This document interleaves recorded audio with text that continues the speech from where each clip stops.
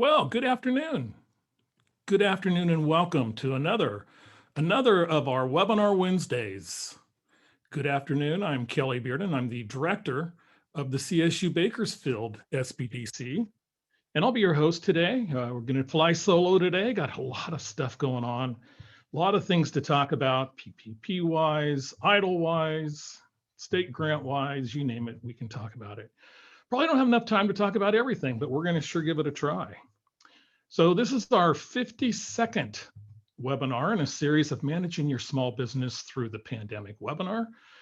And wow, 52 weeks really causes you to reflect, doesn't it? We wrap up 1 year today of doing this webinar where we started out talking about the EIDL loan. The EIDL loan at its time was a $2 million loan for those very first applicants. And then it quickly went down to 500,000 and then to 350 and now to 150 where it is now. And then a few weeks later, we added the PPP and our first bit of stimulus, the CARES Act, which of course the new version of the CARES Act, the third stimulus package has been approved by the House a short time ago. But it's been a year to reflect on a lot of complications, a lot of great programs that have really benefited a lot of businesses out there. It's been difficult. It's been ever changing. It's a week to week thing, sometimes even less than that. What we talked about so much during the summer is so irrelevant now. So moving on and keep changing that weekly and keep managing our expectations. And keeping those managerial strategies on these programs is really a focus that we're going to continue to talk about. Talked about it since day one, is managing those expectations. So here we go. As many of you probably know by now, we're part of the Central California SBDC region, a program in all 50 states. And in California, we have 5 different regions. We have the Northern California region, Central California region, we have LA and San Diego and Orange County. So 5 regions, probably about 50 centers or more throughout the state of California. Ours is in downtown Bakersfield, but we have other centers in our region in Clovis, Merced, Modesto, in Salinas, and also in San Luis Obispo. So reach out if you have any specific questions, if you have anything that you need answered regarding the stuff we talk about today, and try to get an answer from your local SBDC. Okay, what are we going to talk about today? It's March 10th, 2021. And March 10th, 2021, we finally, we just missed it last week with the news coming out on PPP for sole proprietors, sole proprietorships, independent contractors. So we're going to dig into a lot of that guidance, a lot of the things that have happened with that, some of the questions we might still have. But we will jump big time into PPP for the sole props and look at the numbers and trends and everything that's happened. I was going to spend more time, probably won't spend as much this week, on the targeted EIDL advance. And the targeted EIDL advance has a number of things that are actually happening. One is they've named it. It is now named the targeted EIDL advance. It is no longer the targeted EIDL grant. We were talking about the EIDL loan, the economic injury disaster loan, and also the economic injury disaster loan or EIDL advance last year. And it is now the targeted EIDL advance for 2021. Those that are looking for the shuttered venues, we really hope to see that portal open this week. We do have, we'll hit again the steps that you really need to be ready for once that opens up. But there is some chatter that the shuttered venues portal that'll be managed by SBA, it'll be similar to the EIDL portal, I would assume, is going to be opening very soon, hopefully by the end of this week, we'll see. We'll touch on a little bit, I covered it a little bit last week, the employee retention tax credit for 2020 came out with some guidance, and there's some changes and things, and we'll touch on that when we look at the interesting enough, we'll touch on that when we look at the new 2483 form for sole proprietors filing a Schedule C for PPP. So yes, we can actually get a PPP and claim the tax credit now for 2020. There's been some rather unique and New developments for the California Stimulus Grant, also called the California Relief Grant. I've noticed with our surveys in the past and our polls that many of you have applied. I think our recent survey, our actual poll, disclosed that about 15% of you had received that who had applied, but now there's a lot more money in there. We have some new timelines and when things are going to happen. We'll go over that today. The next stimulus, we'll go through a few of those details. Obviously, things changed from last week, particularly on the unemployment side of things, where it now changes the tax income for those that received unemployment, where the first 10,200 is now exempt, and that is for 2020. Probably lots of people filed their 2020 tax returns already, are going to be filing amended returns to get that back and not have to claim that as income. So up to 10,200, some other details we'll talk about. I'm not going to really get into the opening tiers, kind of a flat subject, if you pardon the pun. Purple is what it is, and the vaccines are rolling along. But we will definitely be around to take your questions till the end, and we're going to get into kind of a longer poll, a little bit longer poll than we've done in the past. So that all being said, I want to know why my going to have technical issues, of course, and it's doing that now. So let's try to go to the poll. Here we go. So first question is going to be really kind of what your business needs in the next few weeks. And let's open up that poll. What are my main business needs in the upcoming weeks? And this could be multiple choices. It could be a reopening strategies with customers returning, to receive and manage your 2021 PPP, get your employees vaccinated, understand better the direction of the economy and where things are headed, more financial relief resources down the road, and improve some of my financial systems, and also potentially the customer checkout options that are available. So we have that poll open, and let you vote. You can take multiple selections there. We're up to 30% of you that have voted. You get actually a couple of these that you can actually jump into. Again, your main business needs in the incoming weeks: a reopening strategy, to receive and manage your PPP, to get your employees vaccinated, understand the direction of the economy, more financial relief programs, and improve my customer checkout options, which would be payment, order fulfillment, and also some of my financial systems. Okay, we got about 65% of you in, so we're going to end this poll and share the results with you. And it looks like more of you want financial relief programs, 49% of you. 40% of you want a better understanding of where the direction of the economy is headed. 37% to receive and manage your 2021 PPP. And then also 21% get your employees vaccinated. A reopening strategy was 12%, and 9% to improve. So thank you very much for that. We will stop that share, and then we will move on to our next poll question. And many of you that have been around noticed that we actually asked this question for some of the other 52 weeks.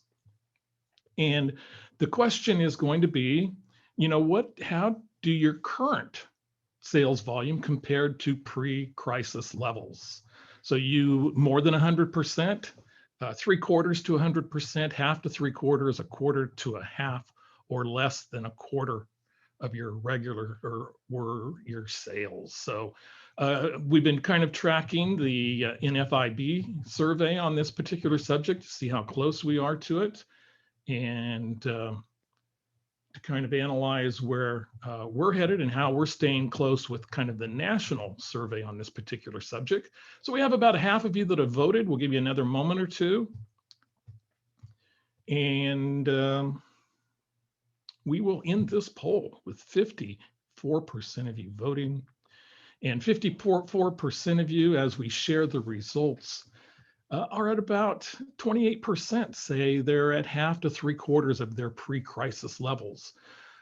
Another 23% are at 3/4 to full level, 21% are a quarter to a half, and 23% of you are less than 25%.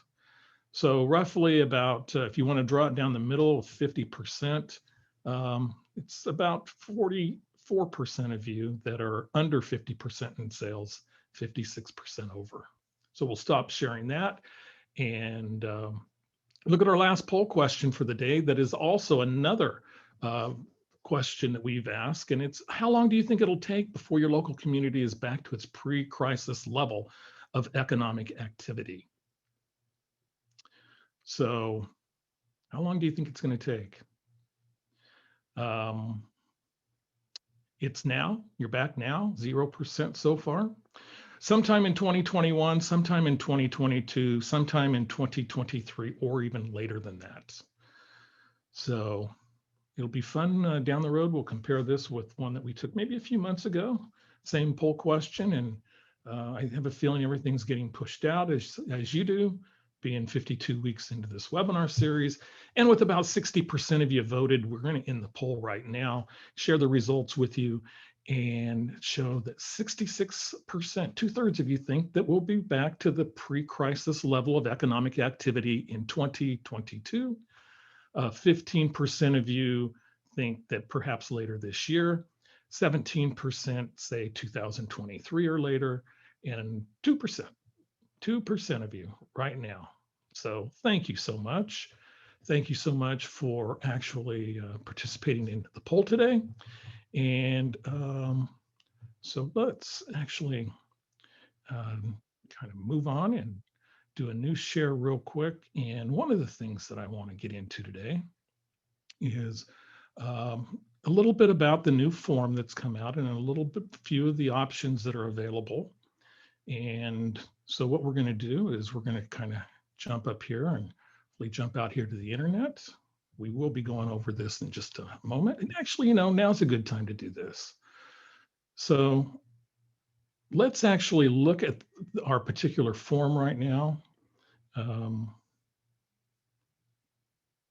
Okay, let's not. Okay, let's go into getting a little bit of a little grief from my poll today. Okay, a lot of grief. So let's look at this first and foremost. And many of you that have been around have seen various iterations of our PPP by the numbers. And what you see is that what we're going to do a little thing a little bit different here. Is we're going to look at kind of what has happened with some of the people that filed for PPP1 and how the different rules affect sole proprietors in the second filing. So this is kind of just the blank that we had, and it will be included in this week's resources that we send out. But what we wanted to look at were 3 business entities and how they were calculated for their PPP.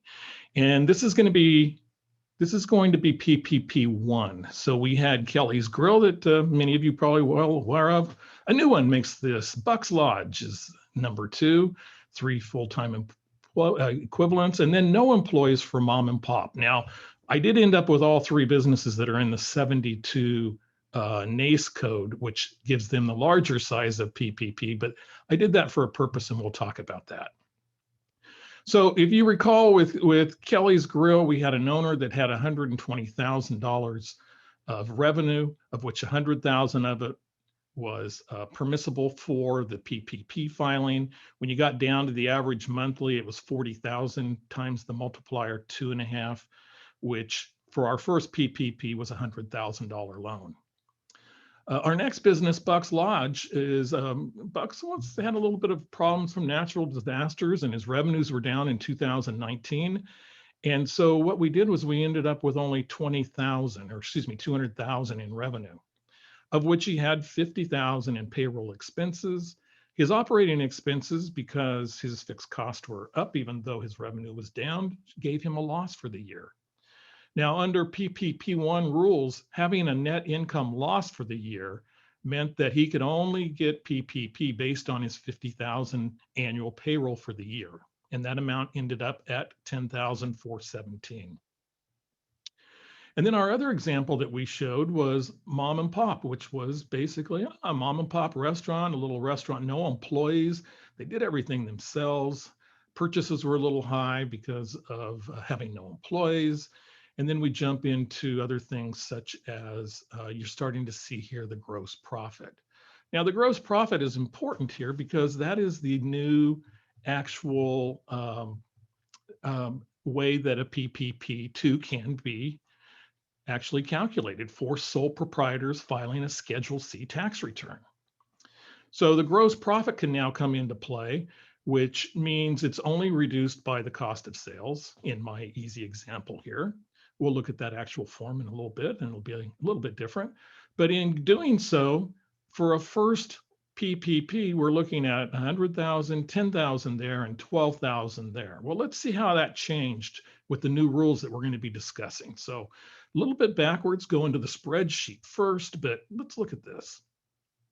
So with Kelly's Grill, you come down here, and I'm going to show this one at first because I'm going to leave it at the 3.5 magnifier. I honestly believe that that's going to be reduced by the owner's salary and owner's income. This was not produced. In the past, everything has been based on a 20,833 maximum for the owner. And that is using the 2.5 multiplier, but I could not find anything when you use a 3.5 multiplier, it increases it. So what I did, except in this example here, which would actually reduce it down to about 131,000 is, and I need more guidance for this. I need more guidance to know for sure, but I left the employer compensation, the sole proprietor, the owner of the business, whether it be a corporation or whatever, at 2.5, even if they were in the NACE code that got 3.5. Because everywhere that I could see in the interim final rules that came out after last Wednesday was that 20,833 is still the maximum amount a self-employed owner, an independent contractor, a corporation, a LLC, an S Corp, whatever, can receive. I saw nothing contrary to that. So I do need more guidance on that, but I want you to see the difference in the loan amounts. And this is why, we talk a lot about intent of a program, and really why I think that the president and also Congress wanted to get more hands to lower incomed individuals or people that showed losses originally, because the first PPP they would have received, in our example for Bucks Lodge, $10,000. With this one, they're able to, because their gross profit was higher. You go up to gross profit, and it's up here, 150. That would be $100,000 maximum, bringing in that 20,883. So I believe the 3.5 still works as a defactor on the employees. This is my question I have coming out of this guidance. If you can get 3.5 on the employees and the owner stays at 3.2, but look at the difference. It goes from 10,417 to 35,000, basically $25,000 increase. And you see over here a mom and pop where they go from actually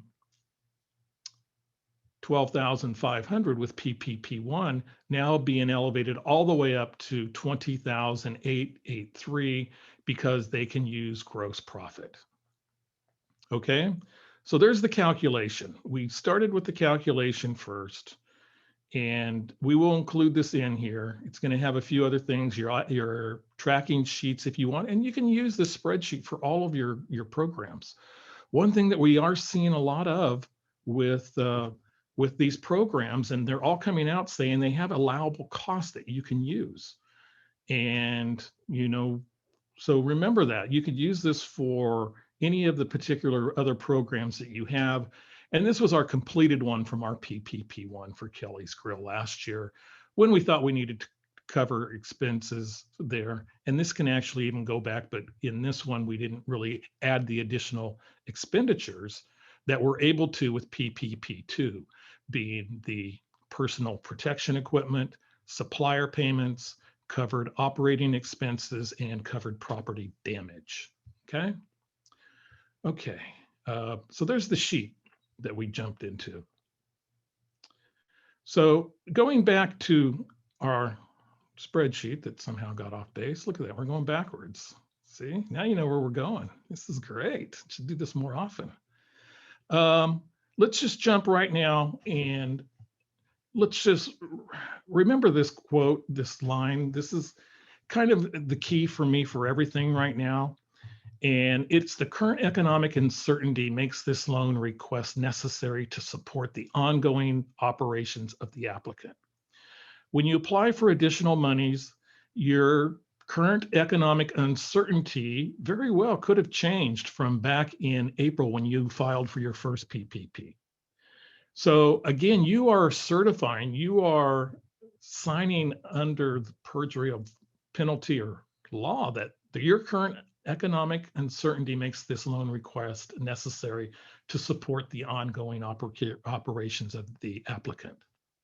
So some things that you might have is you might have some unspent idle. I don't know how this is all going to come in, and I don't know what this definition, this is an individual case by case basis that you as business owners need to make when you're applying for more money. So, but please remember that, because you are basically signing to that with every loan program and every other program you go to. So quickly, we'll just look at the first two on this one right now. And this is kind of our status and action of the key stimulus programs, and the PPP second draw and the sole proprietor have actually been explained now. And so they're open and contact a lender. Some of the issues that we're seeing, well, let's look at this first of all. Let's look at some of our PPP. And so what is happening right here is that as of 3/7, we had an increase up to 165 billion that has been spent now. And remember, the program is 288 billion. And the average loan size dropped from 68 to 68,000. So the average loan the week before was at 71,000. So this is just the 1 week activity to where we had the limited participants that were able to put in.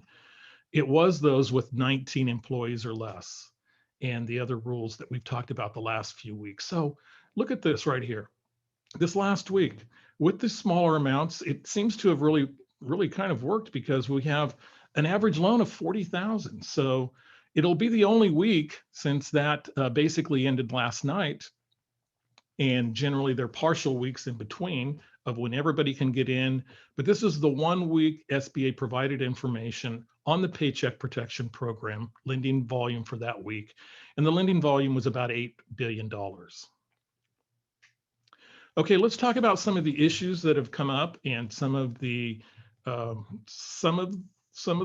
issues that are coming up. And one of them is we're 3 weeks now from the March 31st deadline for PPP2.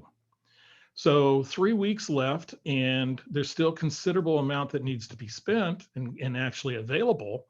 But also there's an estimate floating around out there from lenders that I've talked to and other lending sources that about 20 to 25% of PPP second draw applications have been flagged and are in the SBA portal with some type of error message. It could be any type. You could have transposed your loan, your PPP1 loan number down incorrectly. You could have put a wrong routing to a bank. There's a lot of errors that individuals could have made, but there are some bugs that are in the system as well. And we talked about some of these, one of them being if you had a forgiveness application in process, that could be hindering your ability to actually get your PPP2. But now the big issues come along with our sole props. And many of the sole props that are out there, and sole proprietors, we're talking about those that file Schedule C on the tax return. And Schedule C, of course, is sole props. It is independent contractors, self-employed individuals. So many of those have been approved already and funded before the new changes came out last Wednesday. And we basically have now a deadline of before March 3rd and after March 3rd. And it's causing a lot of controversy and a lot of heartburn for a lot of our clients. And quite frankly, I know many of you are out there right now because you applied and you were received and you were funded before that March 3rd date. And now basically you're being told that the guidance is there's really no guidance on going back. It's a March 3rd date before and after. I've noticed the last couple of days there have been several groups. There have been accounting trade groups. There have been chambers of commerce. There's been national policy advisors on small business development. And many of them are coming out and saying that it needs to go retro and it needs to go back and allow people because it's considerable change. We just saw that. We saw the spreadsheet and the change, but I really don't know what direction it's going to go. I don't know which direction it's going to go, which way it's going to be. But right now, we can only go off of what we know today. And what we know today is apparently procrastination is a great thing. Maybe we've learned that all year. It seems like every time you've had the patience and not had to worry about running out of money and have that threat over you that you weren't going to get PPP funds, whether it be from the very first filing or even to this one. A lot of these changes have really created some real issues. So as we detailed on the spreadsheet, the sole prop options now are you can elect between two different lines on Schedule C. And that is going to be line 7, which is your gross profit, and line 31, which is your net income. And so the biggest difference between those two are going to be your operating expenses, that middle part of a Schedule C that we'll look at in a second. Now, if the sole proprietor has employees, you can elect between line 7, but you have to subtract line 14, which is pension cost, employee benefits, and wages. So you're not able to, like say if you're a restaurant, not include your wages in your cost of sales and put them down below and manipulate that into a larger loan amount. That needs to be added back. And these are the changes of why we didn't go over this the last week or two, because these are the things we could not have forecast. And actually, if I was a betting man last week, I thought they were going to go specifically off of gross sales rather than have it gross income. So gross income, which is going to be your sales reduced by your cost of sales, basically. So then you can use the annualized income amount to divide by 12 and multiply by 2.5 months. Now I'm talking, I spent a pretty good time there talking about a lot of the drawbacks with the fact that, I think that the intent of Congress, and remember in this program, we talk a lot about what the intent is.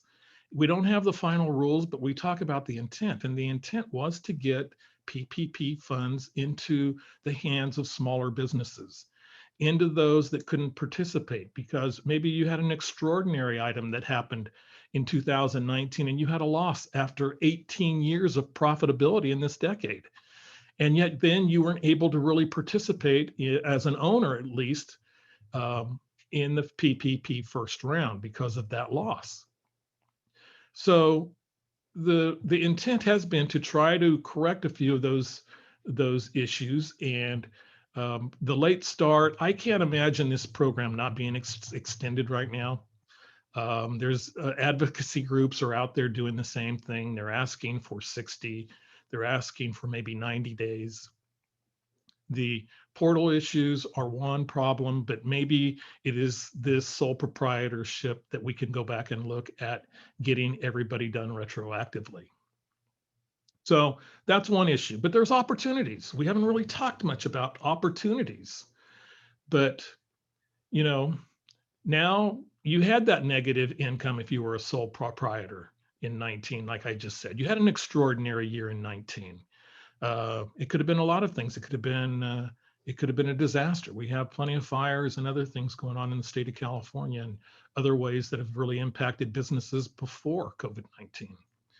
So you can now, with 0 employees, you can go back and you can go back and you can look on that particular issue. If you had 0 employees and you experienced that 25% reduction, but you had a negative net income or what we call a loss, really, you can apply based on that gross revenue.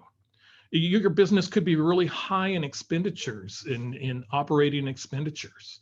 Maybe you had extraordinarily items such as legal or other matters.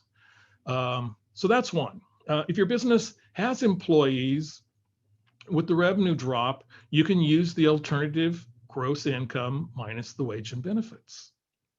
Talked about the extraordinary item. And then also, if the borrower had a student loan default, they are now eligible to apply, where they couldn't with a sole proprietor under PPP, the original loan. And also, there's some new restrictions on former fraud convictions, whereas the program is going out of its way to eliminate fraud. Individuals that have formerly had fraud convictions are given a little bit better terms now under the new rules that have come out. So just quickly, this is what I've been able to kind of ascertain. I think it's correct, but you know, what you really need to find out if you're a sole proprietor and your application is in process, you really need to find out what your application status is.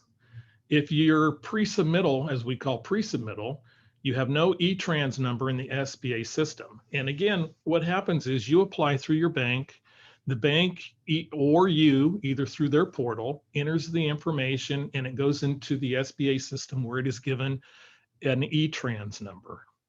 And that is basically an electronic transmission number. So if you have that number in the SBA system, or if you don't have that number yet, if you haven't, it can be drawn from the portal by the lender or the applicant. If you're to the point to where E-Trans numbers exist, the application can be withdrawn only and manually by SBA. But I think your lender can contact SBA and ask them to withdraw an application that is already in process and then go back through the process and get back in. Now, remember, what you're risking on this is that if somehow it runs out of money, you're not going to get back in and get a larger amount than maybe what you had originally. Now, where it really gets tough if you were funded before, if you're a borrower that was funded before March 3rd. Right now, you have little recourse, but again, keep looking at the intent of what the program was to try to get those people. And those people, you know, that was the first week where they could exclusively apply. So the intent was to really get these people in, and if they funded quickly before the final rules came out, they were most likely or oftentimes approved for a lesser amount. So how do I define a rock and a hard place? I define it as SBA has approved but not funded your loan. And I'm not positive on that. That is something, and with all of these, you really need to work with your lenders and your bankers and your lenders on this particular issues. One thing that I have heard about is that potentially the large banks might not jump back in with the new rules. I think possibly because they would have to reprogram their portals. Maybe that's it. I still think it's going to happen because I think there's too much ill will from their borrowers. But if a lender is having problems with your application now, this is why, because the application portal has changed and there needs to be a different mechanism in order to get the correct information into the E-Trans system. Okay, and there are your musts again, of course, for PPP2. Let's kind of jump up right now and see if we can actually come up here and not go there, but go maybe to Mr. Google over here, who can maybe share some stuff with us potentially. Okay, so here's basically the IFR, and I think we were able to send a lot of this out last week. So a lot of the stuff you might have already all read, the FAQs. But let's go over here and look at the form, because I think the form is important. And the form kind of ties back our spreadsheet and then our PowerPoint definition. So let's look at this real quick. And this is just the Schedule C form. It's the basic form that's been around forever. Buck's the proprietor, his business name is Shea Buck in Bucks Lake, California, an actual place. And there's here are the numbers that we had on our spreadsheet. So we had 200,000, and we had a cost of sales of which was payroll for 50,000. And here's line 5, which is gross profit. So I might have been using gross profit and gross income interchangeably. The only difference is other income that you might be adding, but there's your gross income right there. There's line 7. So that is what you can use, the option between line 7 there, which is greater than $100,000. So if you have 0 employees, the size of your loan is likely going to be $20,833. And that, of course, is a forgivable loan with it paying you, the sole proprietor. So in this particular, Buck had, he had a fire up there up by Bucks Lake and kind of Northern California, Lake Amador area. He paid a lot in commissions and fees, so his operating expenses were high. 45,000 commission and fees from third-party vendors in order to book the place. He had a lot of cancellations. He had less money received. He had contract labor, maybe contract labor that was an independent contractor that he cannot claim for that 30,000. It was maybe a website design, it was maybe management services, could have been a lot of different things. So then he had his $75,000 there in other expenses. These other expenses are just all these other random expenses. I just threw them all under other rather than confuse the situation with a line item for everywhere. So let's just say this 90,000 included repairs and maintenance, supplies, interest, and maybe depreciation and car expenses. So you come down here, and then all of a sudden, for net profit, you're going to show a minus $15,000. And minus 15,000 didn't really benefit you. But going back up to line 7, a gross profit, 150,000 allows you to essentially pay yourself 20,833.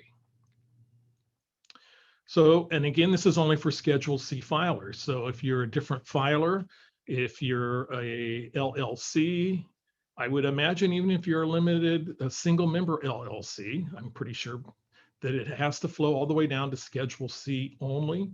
And so S Corps and other entities, this doesn't pertain. Okay, so there's that. And maybe a little reshare here, get back to this thing. And that's our PPP for today. And have a little bit of time for some other stuff. We'll try to answer some of these questions. Last week, we talked a little bit about the relief for the state of California for pandemic hardship. And one of the big factors was immediate relief for small businesses. And that is by the tune of $2 billion for a 4-fold increase of the $1.5 billion they distributed earlier. So 4 times more the amount. If I do quick math, that tells me that about 75% of the people that applied are going to receive a grant. Now, they are going to open it up for other tiers later on, and we'll talk about that. But so if you applied and you've been waitlisted, you have a chance still, and it still have a good chance at the California Relief Grant. So in addition to the California Relief Grant, remember there's going to be fee waivers for heavily impacted licensees, and those are typically the ABC, the alcohol beverage control. It's also going to be some other things through cosmetology, barbering licenses, through consumer affairs, and potentially other licenses as well. So right now we have rounds 3 and 4 for the California Relief Grant coming out. And we are actually, you don't know this, maybe you do. We're in the process of round 3 right now, and it's a closed round. It is using waitlisted applications. So if you received an email from Lindustry saying you were waitlisted, they are now reconsidering your application in round 3. So that is happening between March the 5th and tomorrow, March 11th. and they will begin selecting applicants, and we'll begin notifying them beginning back on March 5th. So that's round 3. So there's going to be a round 4. Round 4 will begin next week on March 16th through the 23rd. And round 4 is going to be a $50 million round. It's only open to nonprofit entities, 501c3 arts and cultural programs only from specific NAICS codes. Let me repeat that. Round 4, 50 million. Beginning next week, it's a 1-week period. If you're a 501c3, you can register, you can apply. You need to go in and reapply. We'll talk about that soon. But if you're a 501c3 arts and cultural programs with the following NAICS codes, you can actually jump in. So, too much typing. I couldn't get it all on there, but there's the NAICS codes. And let me see if I have the list handy here. And I thought I did, but I don't. So there's a number of the NAICS codes, and we'll send those out and try to get those to you. A lot of museums, and there's even some sporting venues in there, but a lot of, again, it goes back to what we talked about is the cultural and historical 501c3s. So on that, there is for round 4, and we will talk about this more next week, but round 4 does have, and we will actually include this in our resources that we send out. We will send out a link and some more information on round 4. And with round 4, the nonprofits, if you fall into that NAICS code, you are able to go in and you have a 1-week period of time to go into the portal and apply. So it's a reply for the nonprofits. Then we jump to round 5, and round 5 will be later this month. And those that are currently waitlisted and were not selected in round 3, small businesses and nonprofits in 1, 2, or 3, and they met the eligibility criteria that we've gone over probably way too much. You're able to receive the $5,000 to $25,000 award. So they are going to have waitlisted groups, but then they're also going to allow those of you that didn't get in, or maybe you had a problem with your application. So new applicants need to apply. If you're already in and you've received information from Lindustry that you're good, then you should be good. So that's going to be round 5. Round 6 is going to happen sometime in April or later. And it is going to pull in those that are waitlisted from 1, 2, 3, 4, 5. And then the new applicants that meet the eligibility criteria found at careliefgrant.com. And again, goes back to the same amounts. You do not need to reapply. You do not need to reapply. You will automatically be moved into round 6 if you have an eligible application that has been waitlisted through Lindustry. Also, we're going to talk about this. We're just not going to talk about it today. And we didn't talk about it last week, but there's going to be more resources for critical childcare. And once this economy gets up and going, childcare is going to be an issue again. So there's going to be, a lot of opportunity, I think, with a lot of the federal funds and some of the state funds that are going for particular childcare businesses in critical industries. Okay, I thought I was going to have time for a little bit more of the Targeted EIDL Advance. It is now, again, called the Targeted EIDL Advance. We went through the map last week, and one thing we did was went over the map last week and shared that, got it out to you. We'll include that again. It is the second bullet here. It is the businesses that are low income, and they're actually defined by Section 45D, subchapter E of the Internal Revenue Code. And we had that map up, and I might throw it up in a second or two. But again, you have to have and show that 30% drop. This is going to be something we get into more details because there is more detail out on it. And the new stimulus that was approved and passed by the House today has more EIDL advance money in it. So we have money coming through the Economic Aid Act that was passed and signed on 12/27/20, somewhere around 15-20 billion. I believe it's about the same amount that's in the new bill that is going to the president's desk now, and almost assuredly will be signed. So again, SBA is contacting via email. I think upcoming, there'll be ways to actually apply for this again, given the amount of money there, but there's going to need to be more guidance. We're just finally getting guidance out on this. Got some guidance yesterday. Sorry, I don't have time to go over it. You can email me with more questions. We'll put it out in the resources. There is an application and there's a kind of a form that we could look at, a number of questions. The questions were about 20 questions, a lot of different things, but there is, after the SBA identifies that you are in a low income zone, that you can actually apply for this if you meet the criteria of having a 30% reduction in sales for an 8-week period of time. Okay, we still don't have a Shuttered Venue Grant Operator program open. I hear it's almost any day. So I hear it's almost any day. Hopefully, I'm hoping it's going to be open by Friday, because I know a lot of the venue operators are really struggling. So again, if you are going to apply for this, make sure you get your DUNS number and then register for the System for Award Management, a SAM.gov. The SAM registration might take up to 2 weeks. And that is going to be mandatory in the portal for EIDL. You're going to have a DUNS number, which does not cost you anything. If anybody wants to charge you, don't do it. There's plenty of, it's a free resource from Dun & Bradstreet. So SAM registration, 2 weeks. And then you're going to have to determine the average number of qualifying employees that you had over the last 12 months. And document the gross earning reduction that you had in 2020. Okay, so ticket copies, policies, contracts, floor plans, other things might be required. But recall, if you're going after the Shuttered Venue Grant, that it's going to open up for those that suffered the greatest loss. So if you had a 90% loss, you're going to be in the first 14 days.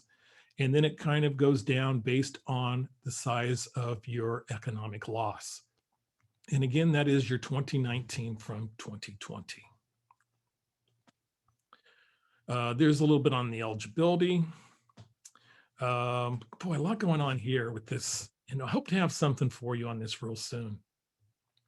One thing is we're starting to see individuals apply for this. This is for 2020. If you use the funds, if you use, like, say, an EIDL loan or a PPP, you really can't claim the tax credit, particularly on the PPP dollars. But you can, and we're seeing people go back and file amended returns for their fourth quarter in order to generate this tax credit that's available. Now, one thing, when we looked at our tax form earlier, one thing on that I just want to mention, and we will get into this later, but I just want one little warning as we move forward. And that is going to be, you know, it's going to be, oh boy, everybody loves the spreadsheet. So it's going to be right here on line number 26, your wages less employment credits. Okay, our wages were in cost of goods sold for our earlier example of Shea Buck, the lodging establishment. And so it's reflected up here as a cost of sales. So we didn't have anything in here, but we did have 50,000 in wages. But see right here, this less employment credits.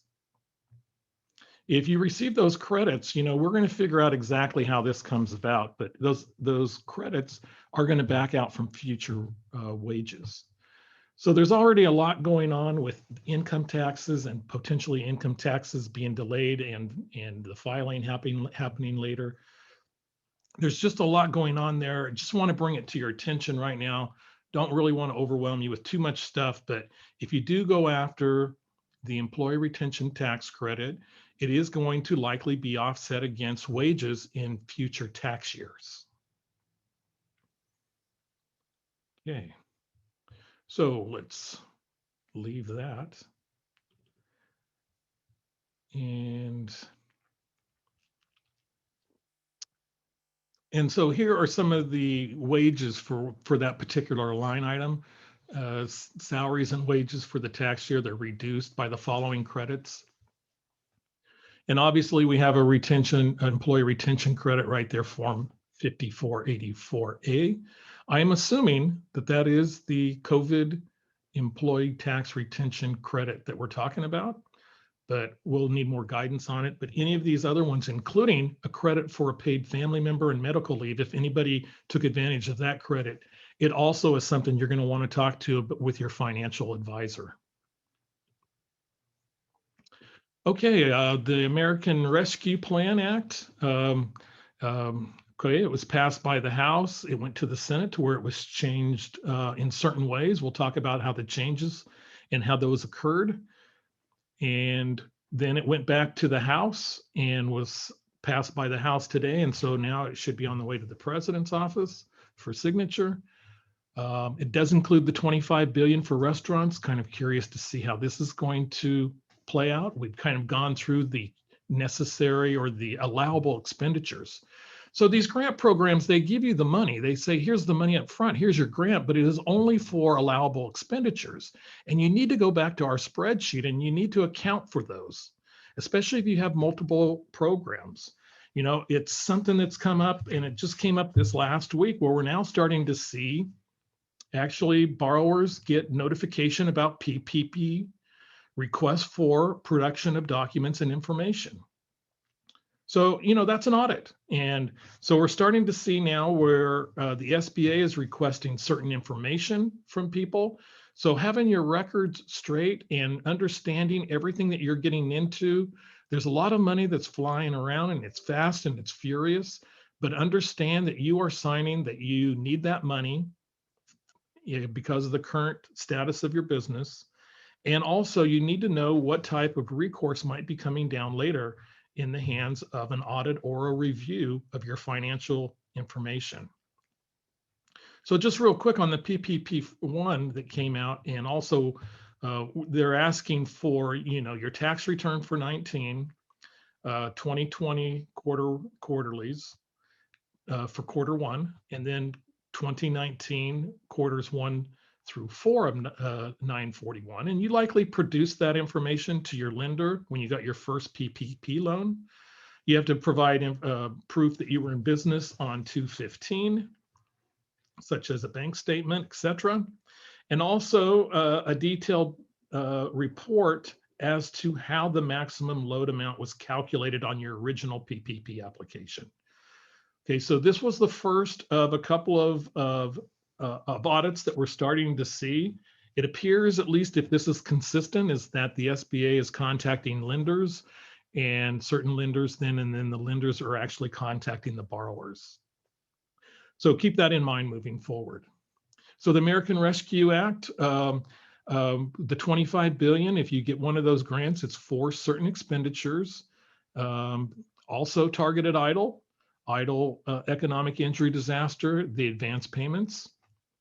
There's a little bit in there also for PPP and a little bit for shuttered venues. I think that's just kind of to clean up the pipeline to when those programs close, to make sure that by the time they shut off the valve, a few more loans haven't came in, and actually gives them the opportunity to service those last amount of loans. So a little bit more on the stimulus bill that is on its way to the president's office and desk is there's some for airports, airline industries, airline contractors, air carriers. So 15 billion for the industry, 14 for eligible air carriers, but also $1 billion that's set aside for their contractors, and also some money for airports. So we talked about a little bit about the restaurant program. I think that this is going to potentially change, and it's going to go through a lot before it gets to us. We talked a lot about the details that we know of now, details that came out from restaurant trade associations and others. So we know a lot of those that were happening and things that were going on. So we're going to just kind of skim over that. It's about time to get to your questions anyway. Please go to the question and answer box for your particular questions. There's your vaccine. There's your vaccine locations in Kern County. Had to sneak that in sooner or later, along with our sponsors at the end. And number 53 will be next week, not number 52. That is today, where we are. Next week, we'll have 53 on the 17th. Okay. So let's stop this share, unfortunately, and go into the questions and answers. First question is there a plan at SBA to provide an option for businesses that started their business on, say, 2/8/20? The company had not had the opportunity to conduct business or generate revenue as a result, which is my funding case. Okay, so you were in business on February 8th, 2020. The official date for that is February 15th, but you haven't had any opportunity to actually generate revenue. It's going to be difficult, but if these programs stay open longer, we're starting to see where you can use January and February in some of the programs in 2021 and going back. So, it's hard to say. It's hard to say. There's nothing on it now. It is kind of a rock and a hard spot. It's trying to meet the needs of those that weren't able to be met, but you opened on February 8th and all of a sudden the sky fell. I would stay tuned to see and also see if these programs go over a longer period of time to where you could compare maybe March of 21 against March of 20. Next question. Will we be allowed to update our PPP2 loan so that it reflects our gross income rather than gross net for sole proprietors? That depends on a couple of factors. Right now, it depends on the status of where your PPP2 loan is. We kind of went through many of the scenarios of where it could be. It could still be at your lender, at your portal, but really you're going to have to contact your lender, and your lender is probably being contacted by a lot of other sole proprietors right now.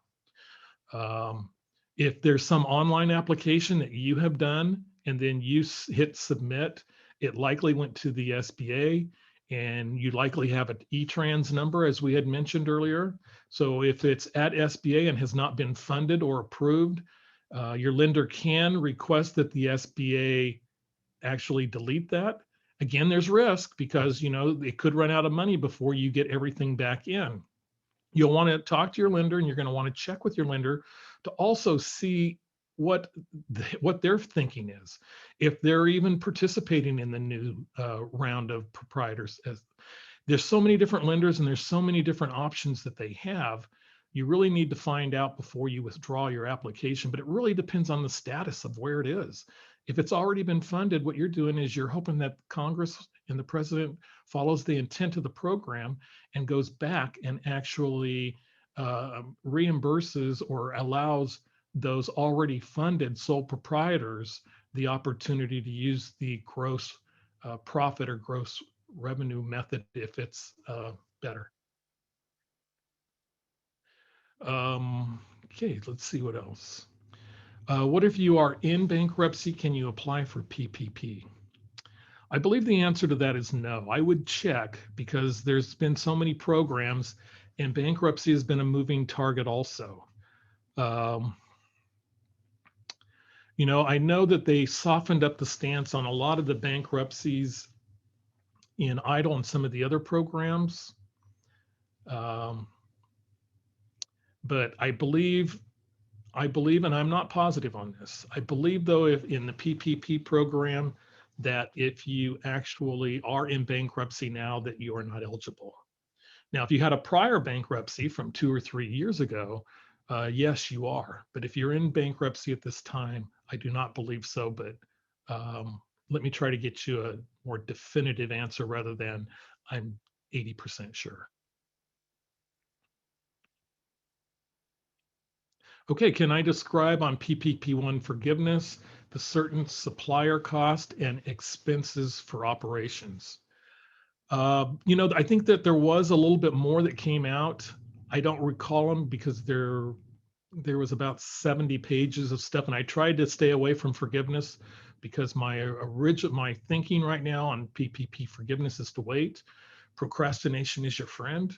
Um, so generally, everybody has at least another couple of months in order to get their PPP forgiveness application to their lender, who then has 2 months to get it to the SBA, who has 3 months to finish it.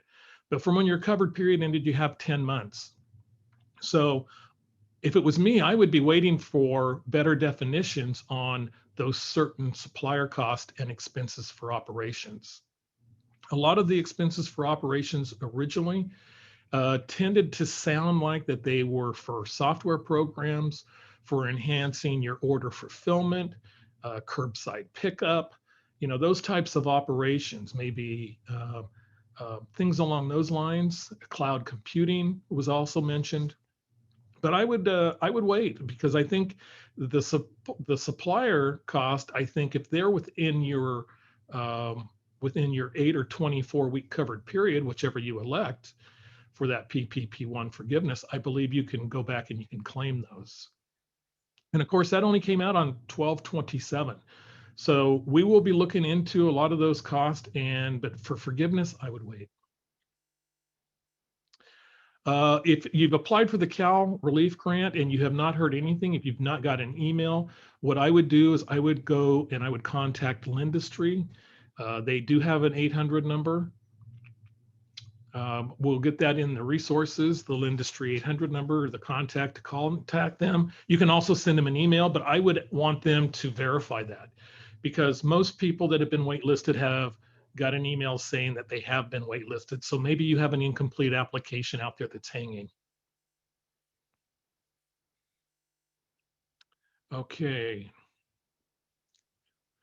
And I would do that with any other subsequent anybody who has not received a wait list. I would call and I would get it from them to make sure that you are in their system.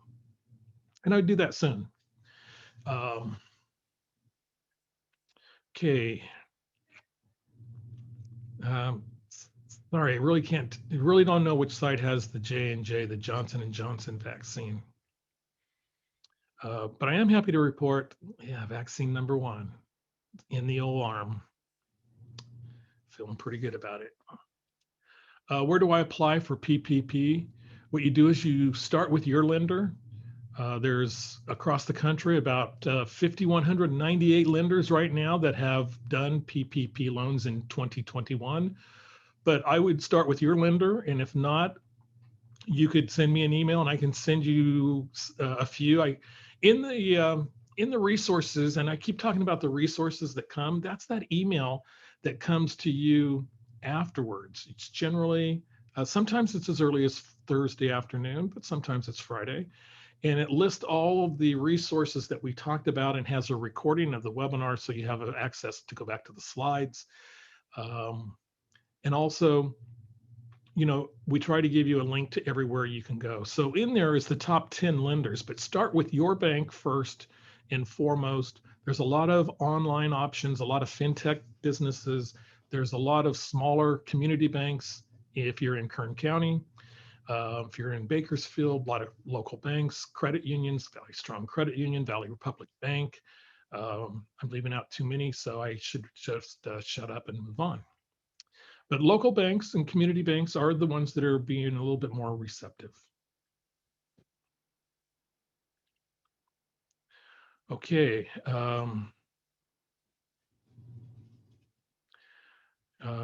Kind of a specific shuttered venue question. I'm going to take that one offline. I have your email, and I think it's time maybe we can sit down and one-on-one go through that because it's a unique question for the shuttered venues, and there are more FAQs out even though the portal's not open, and it's really something to look at and to try to decide. So I'll reach out or reach out to me with an email, and we'll answer that one offline. I'm a sole proprietor since 2019. Congratulations. My business was affected and I had to close. Oh, I'm so sorry. Returned to work February to October as an employee and opened my unemployment, but I had difficulties in reviving it. The question is, can I receive unemployment business benefits for my work and receive PPP1 together? Generally, you cannot have it, they cannot overlap. So you can receive PPP and you could have got paid for that PPP1 for say a 6-week period of time. Then what you can say is like, okay, well then my PPP ran out, and then what your unemployment can then cover. They don't really need to, they can't really overlap. They can't really double dip. But what you can do is you can try to show where you receive PPP wages and where it ran out and unemployment then took over. This could be an option of where you might want to use an 8-week covered window, an 8-week window for your covered period. Almost everybody uses 24, but this could be one to where you use up that money over an 8-week period of time, unless you received your PPP1 after June 5th, of which you need to use the 24-week period. But there has been guidance that says even if you end it after 10 weeks, you can end it a 24-week covered period after anytime between 8 and 24 weeks. Oh, you don't know how good that tasted. Okay, so that is the question and answers. Let's go to the chat and see if I missed anything in chat.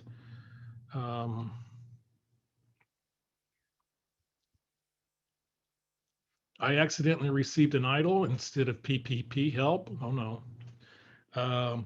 Can I apply to have the EIDL loan forgiven or to have it changed from an EIDL to a PPP? I believe the answer is no. You have an EIDL. Hopefully you got an EIDL advance and you could still get the EIDL advance for $10,000. But you can actually, there are mechanisms to pay back the EIDL.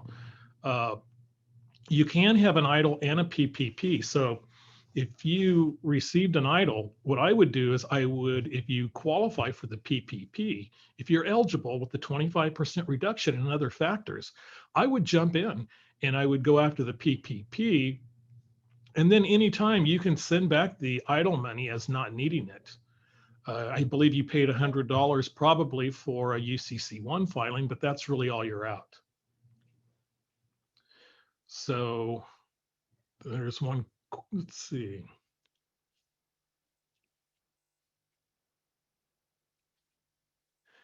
Here's one is my gross for 2020 was greater than 19, but the last 2 months of 2020 was lower than 19. Should I apply for a PPP?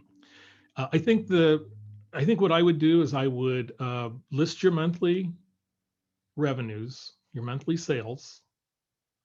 So list them for 19 and for 20. And then go back and see, actually go back and see, and because there's a chance if your last 2 months, because you only have to do one quarter where you're 25% reduced. So there are businesses that have had an increase for the entire year, but for one quarter or so, they were 25% less. So I would contact my lender. I would get my information together and contact your lender.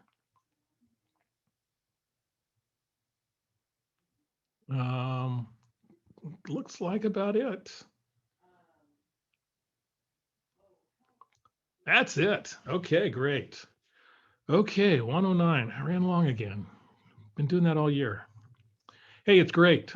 Great to wrap up 52 weeks. And thanks for hanging in there with us. And thanks for your support for the last year. Sorry we can't have a party. We had the cake in January, but no cake this time, no party, just more hard work out there. And keep on keeping on, keep your businesses open. Realize there's a lot of help. There's a lot of support. There's SBDC consultants for you. We'll be back next week with episode number 53. We'll have some more guidance. We'll jump into this stuff. No guest speaker next week. Too much to go through. So I'm Kelly Bearden. I'm out of here. We'll see you next week. Bye-bye now.